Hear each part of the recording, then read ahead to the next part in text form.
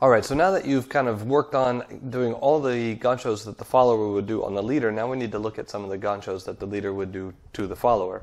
These ones are, you have to be careful when doing any gancho because you have a likelihood of kicking legs and possibly hurting someone.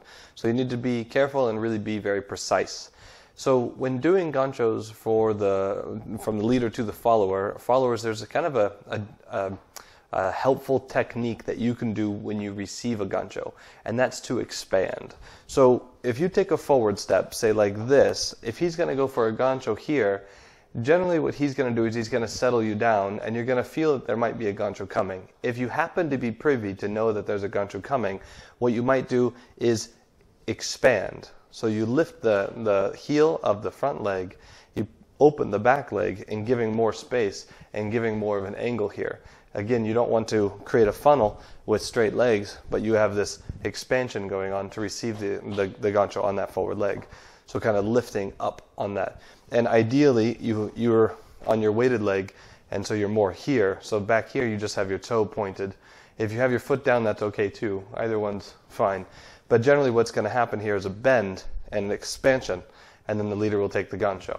All right? So the places where these ganchos happen are on her forward steps. So let's say we're doing a giro to my left, and we go back, side, forward. Here, at this point, I might bend my knee, and when I bend here, she's going to know to expand at that moment. And then at this point, I can come into the gancho. So I'm using my left leg to find kind of the middle of where she's in between her legs, and then gancho to the front, gancho towards her front leg. The same is true on this side. If she goes forward here, I'm going to bend down and go for the gancho. When we do this, I'm looking for our hips to kind of be close. I don't want to be too far away from her. Also, when I do this, I don't want to push her over with my hips. So I need to bend straight down and not kind of tilt. Yeah, sorry. Yeah, so we have to bend straight down to give ourselves that opportunity here. All right?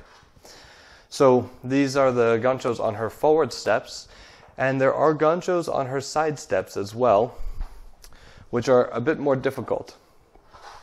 So if she takes a side step here, you can possibly come through to this gancho, but it's better when you do it together. And so in the next video, we're going to look at doing ganchos at the same time, kind of two ganchos or two hooks at the same time.